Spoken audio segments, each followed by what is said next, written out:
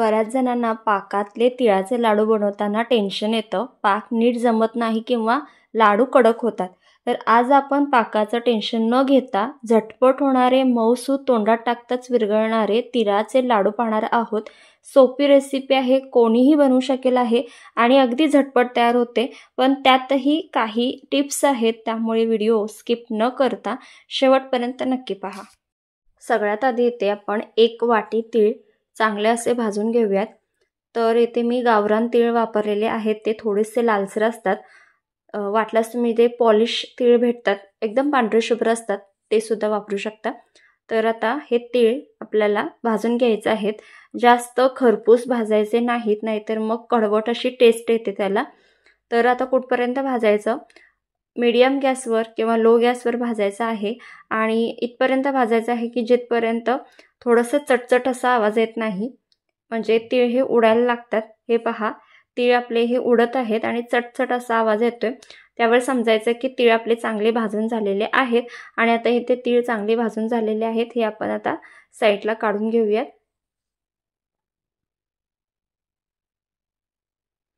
त्यानंतर यामध्ये 1 अर्धी वाटी शेंगदाणे घालायचे आहेत आणि ते देखील चांगले असे भाजून घ्यायचे आहेत. तुम्ही जर या चॅनलवर नवीन असाल तर प्लीज अशाच नवनवीन रेसिपींसाठी चॅनलला सबस्क्राईब करायला विसरू नका.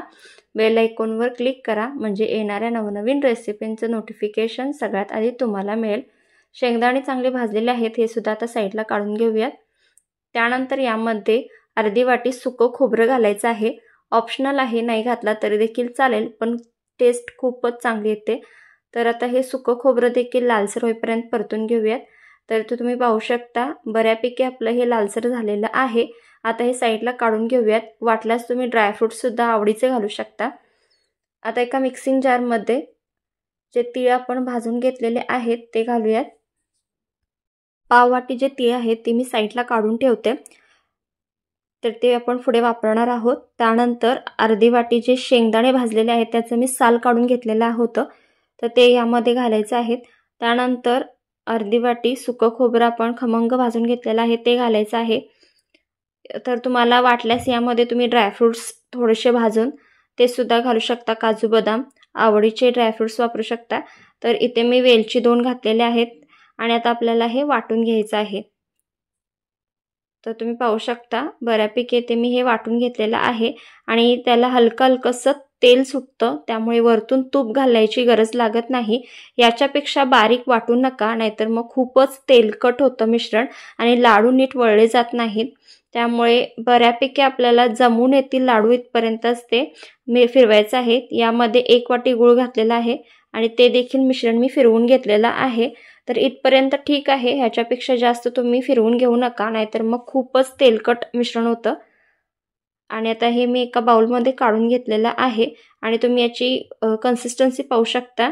मिश्रण लाडू हाताने नीट वळले जातील असं आहे, याच्यापेक्षा जास्त करायचं नाही, नाहीतर खूपच तेलकट मिश्रण होतं आणि लाडू व्यवस्थित वळले जात नाही.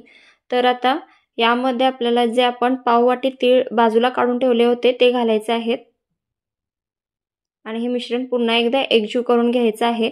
तर तीळ, खोबरं आणि शेंगदाणे यामध्ये ऑलरेडी तेल असतं आणि आपण ते ग्राइंड करतो त्यावेळेला ते तेल रिलीज होतं, त्यामुळे मी इथे तूप वापरलेलं नाही आहे.